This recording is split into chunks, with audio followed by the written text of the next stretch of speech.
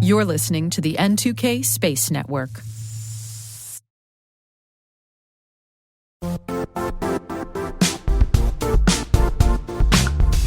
The IT world used to be simpler. You only had to secure and manage environments that you controlled. Then came new technologies and new ways to work. Now, employees, apps, and networks are everywhere. This means poor visibility, security gaps, and added risk. That's why Cloudflare created the first-ever connectivity cloud. Visit cloudflare.com to protect your business everywhere you do business.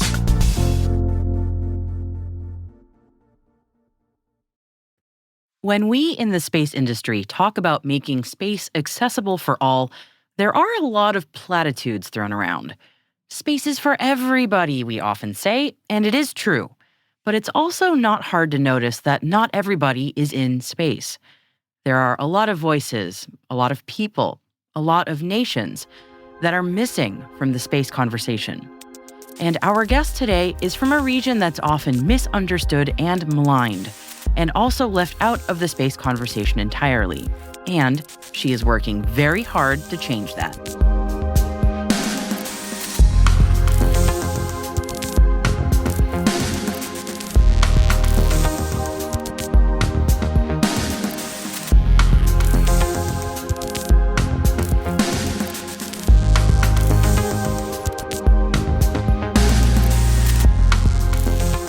Welcome to T-Minus Deep Space from N2K Networks. I'm Maria Varmazes. Today, I'll be speaking with analog astronaut Martina Dimoska. Martina was included in AIAA's Diverse Dozen during this year's Ascend conference, and she talked to me about representing her home nation of North Macedonia and the Balkan region in general on the global stage. I come from a small town called Kičevo in a country in the Balkan region, Macedonia. So the Balkans doesn't really have a space agency per se. We don't have space industries.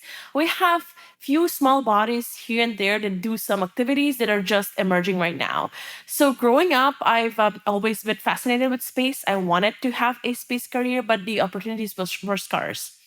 I went to pursue a bachelor's of material engineering and nanotechnology at the Faculty of Technology and Metallurgy. And then after my bachelor's, I was looking for opportunities abroad.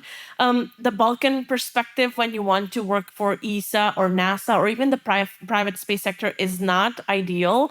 As we're not a part of the EU, we're not a part of ESA. We are having so many ITER regulations when you want to work for a government or even a space company.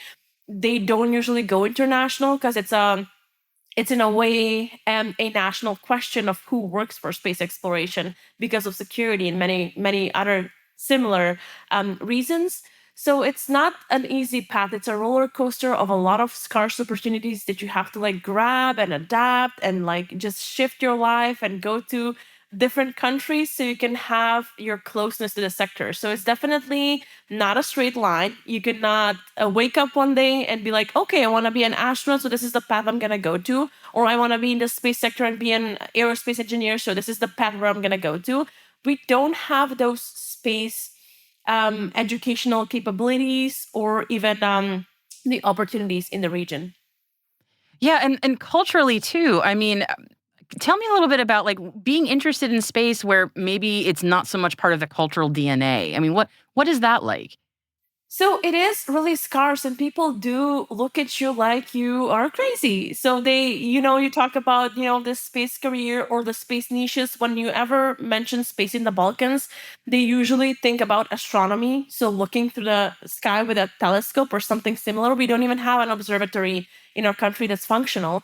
So it's either observing celestial bodies and you get questions for that, but they don't really understand the scope of the space sector or the space ecosystem or how it is developing. It is really far out of reach in our mind. So nobody really pursues that. But also it is a laughing stock when you mention space exploration. We had a really interesting case where Montenegro is launching their first satellite, the country of Montenegro. So they got the money from the prime minister, and it was almost an anti-campaign.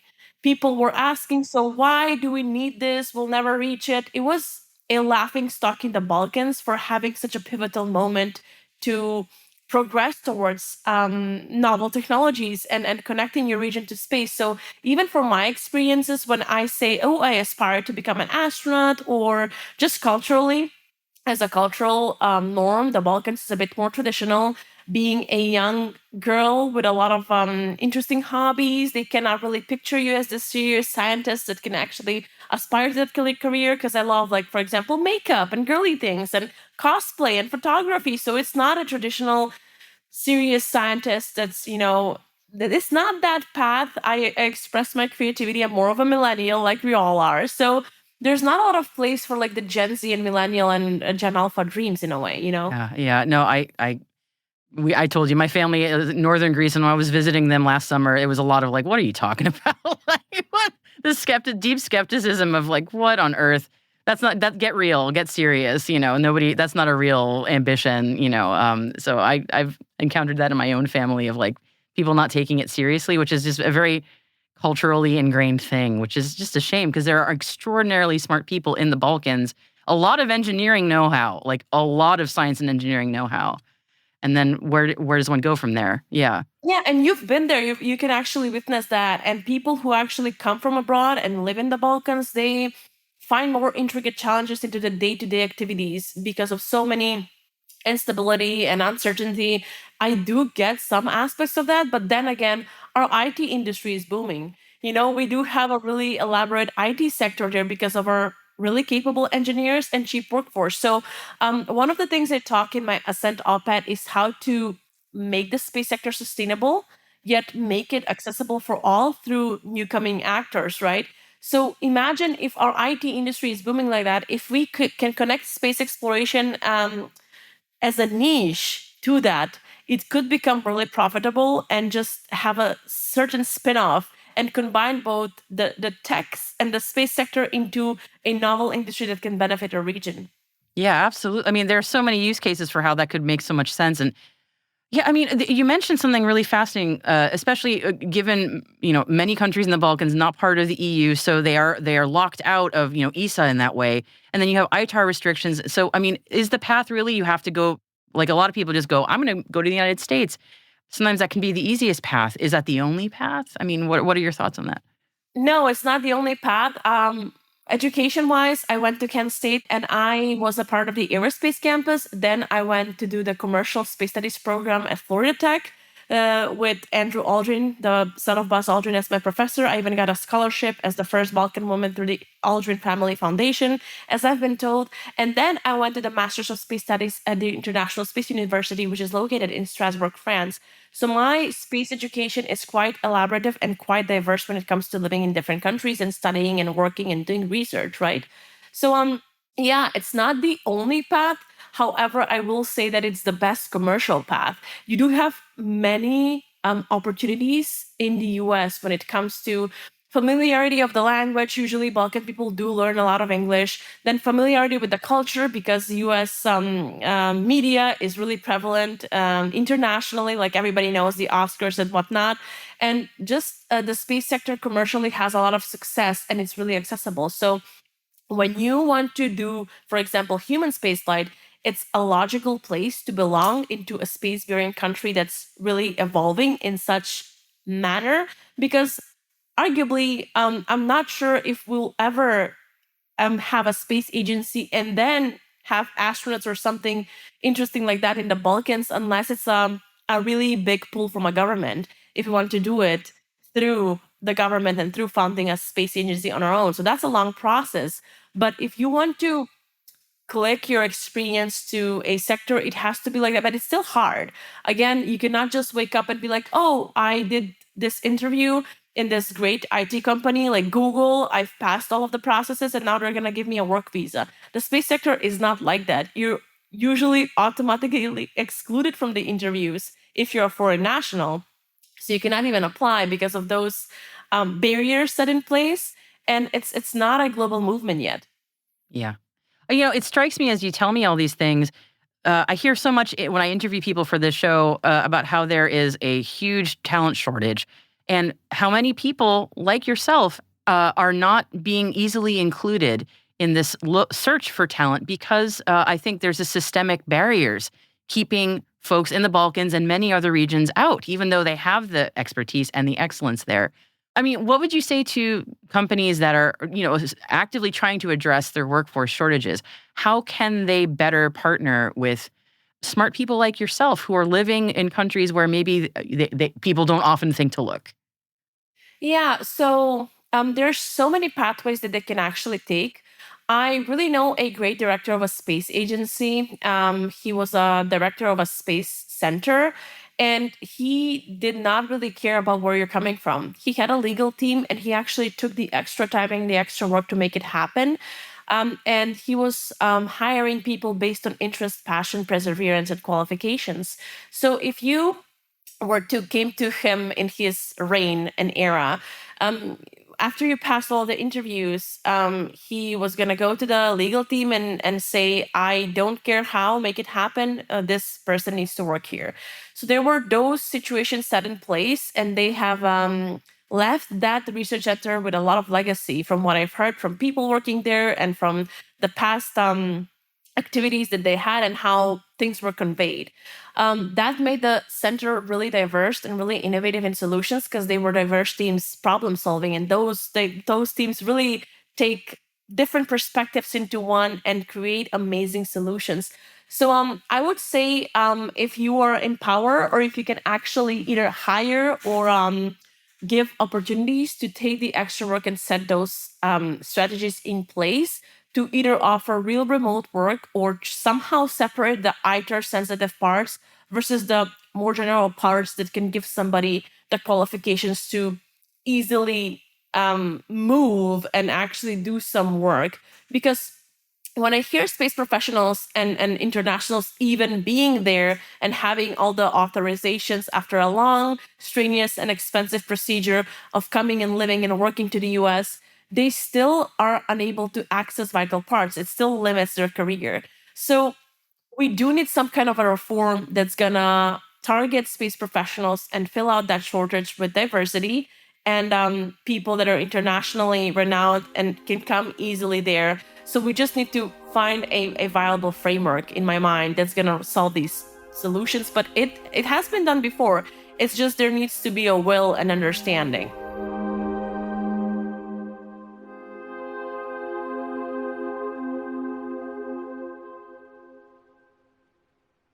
We'll be right back after this quick break. This September 18th and 19th in Denver, a tight community of leading experts is gathering to tackle the toughest cybersecurity challenges we face. It's happening at MWise, the unique conference built by practitioners for practitioners. Brought to you by Mandiant, now part of Google Cloud, MWise features one-to-one access with industry experts and fresh insights into the topics that matter most, right now, to frontline practitioners. Register early and save at mwise.io/cyberwire. That's mwise.io/cyberwire.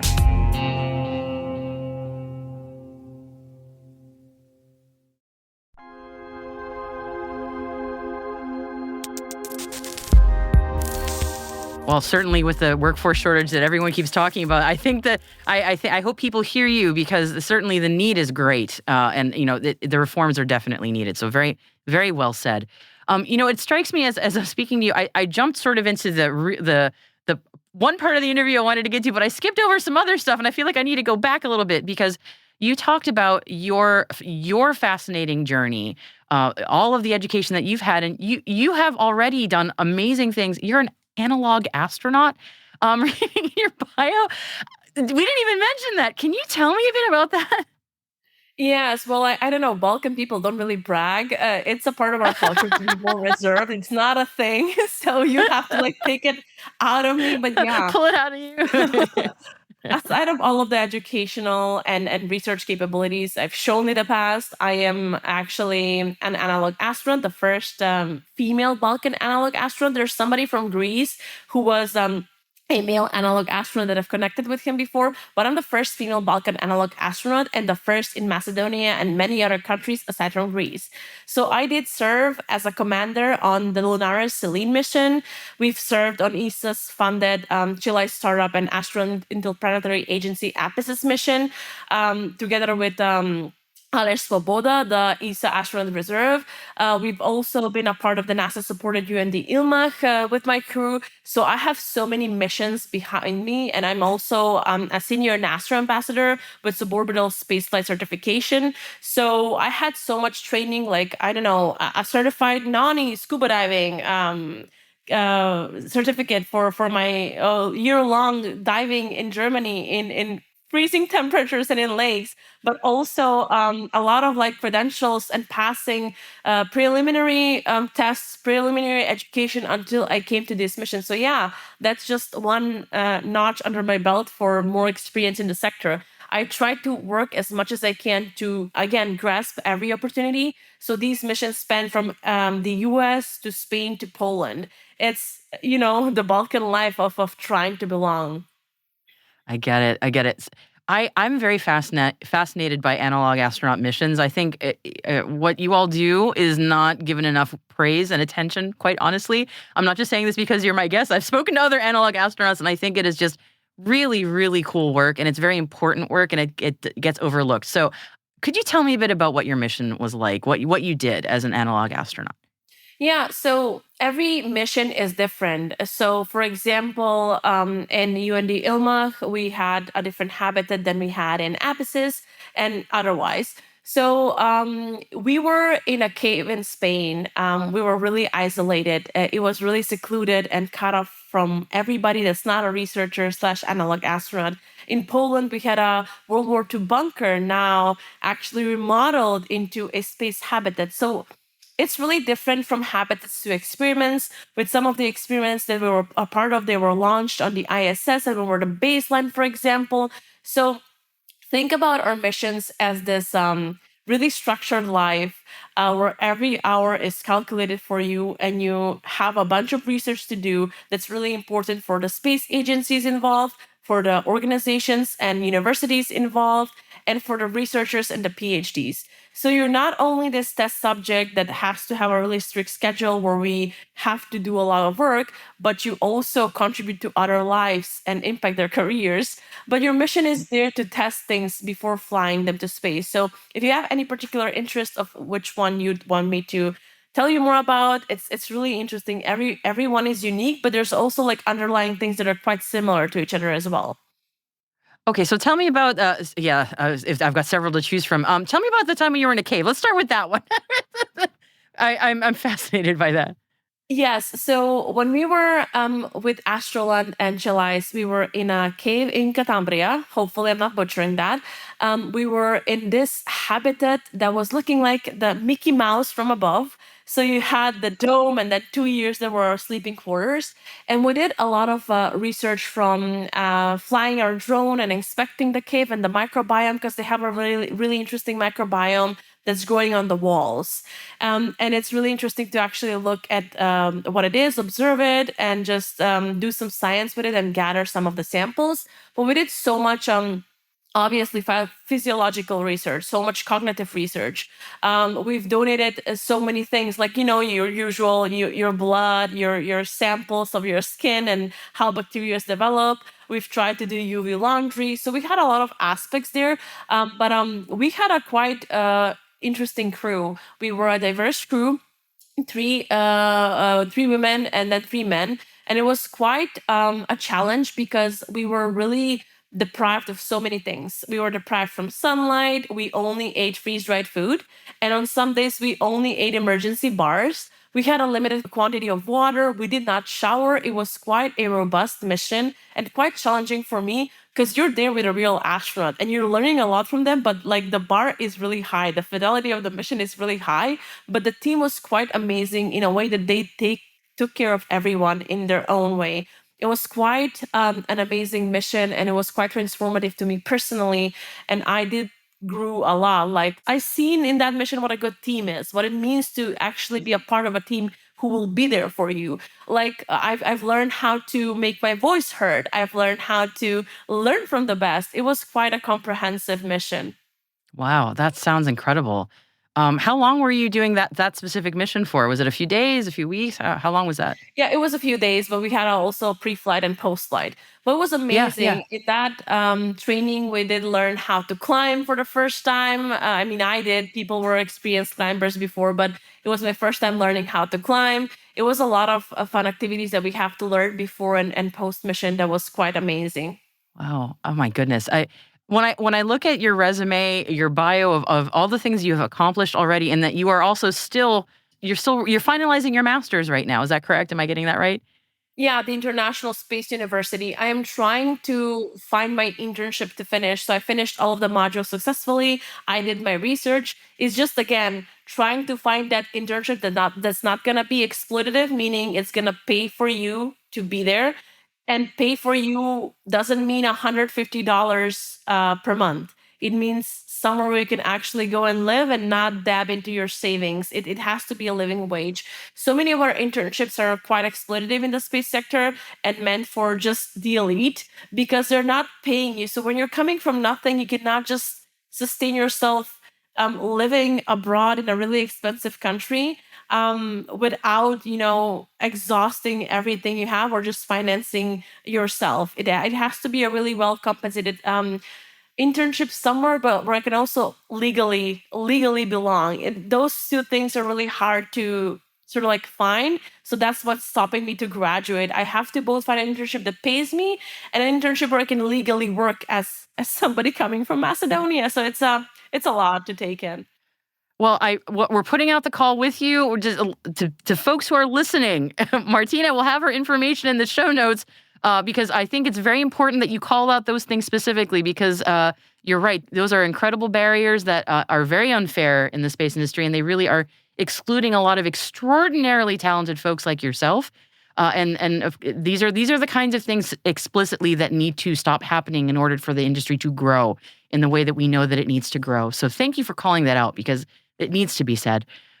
When you complete that internship, wherever it may be, do you know what you want to do afterwards? Is there a long-term path that you'd like to follow?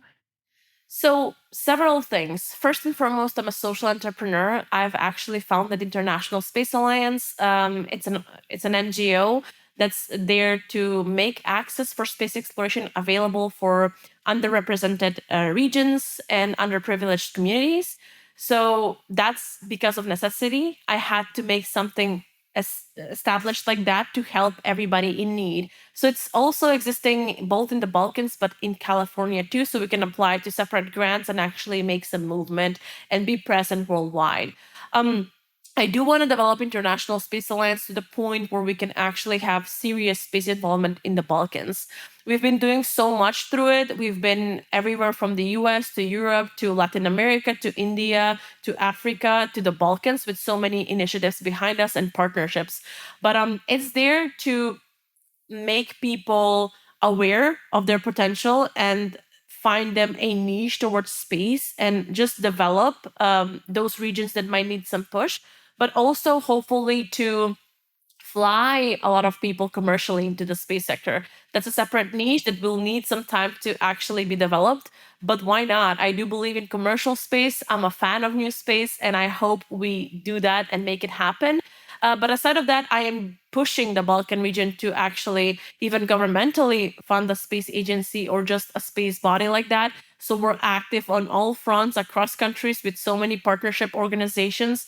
So those two. And then obviously, my path towards a decision where I'm going to live. Is it going to be France? Is it going to be the US? For now, the commercial space sector in the US is thriving, and I am biased, so I'm going to head there. Although I have a profound love for France, actually. I live there. It's really beautiful, but I think my belonging is going to be in the US in the future, hopefully. So fingers crossed. Fingers crossed for you. I think the United States would be very blessed to have someone like you with us. So, as an American, I'm very biased. I would love for you to join us here, but France would also be extraordinarily lucky. Martina, I've really enjoyed speaking with you, not just because I'm of Balkan heritage, also, but because you are a truly extraordinary person who is doing incredible things, and you are also working really hard to elevate the community that you are a part of, which I think is so important. So thank you for shining a light on that. I want to make sure I give you the opportunity to say anything we didn't mention. And if there's anything else you wanted to talk about, please go right ahead. Thank you so much, Maria, for having me. Honestly, my work is so extensive, both in hours, but also in so many projects. I would just encourage everyone to offer a helping hand because many people don't realize that it's a really small act for them to like go through certain bureaucracy or figure out some processes if they're hiring international talent. Yet, through that, they're impacting the life of that person. They're changing their life, but not only their life, but the lives of so many in the community who can see themselves within this really diverse person that they're hiring, and they can actually do so many innovations or just believe in themselves more because so many dreams are not as elaborate when you're coming from less.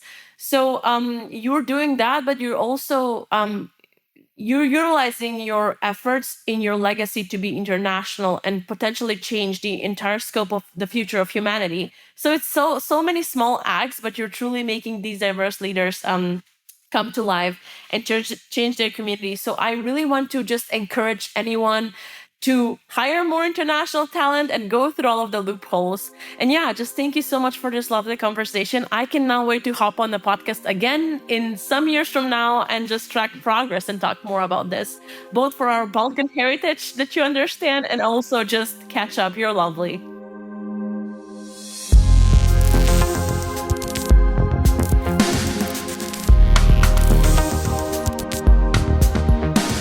That's it for T-Minus Deep Space, brought to you by N2K Cyberwire. We'd love to know what you think of this podcast. You can email us at space@n2k.com or submit the survey in the show notes. Your feedback ensures we deliver the information that keeps you a step ahead in the rapidly changing space industry. T-Minus Deep Space is produced by Alice Caruth. Our associate producer is Liz Stokes. We are mixed by Elliot Peltzman and Trey Hester, with original music by Elliot Peltzman. Our executive producer is Jennifer Iben. Our executive editor is Brandon Karp. Simone Petrella is our president. Peter Kilpie is our publisher. And I'm your host, Maria Varmazes. Thanks for listening. We will see you next time.